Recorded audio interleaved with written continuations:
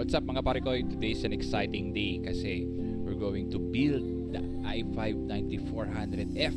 Papakita ko sa inyo anong parts ang ilalagay ko. Magtetest tayo ng games dito. It's gonna be a lot of fun. Okay, come on, let's go!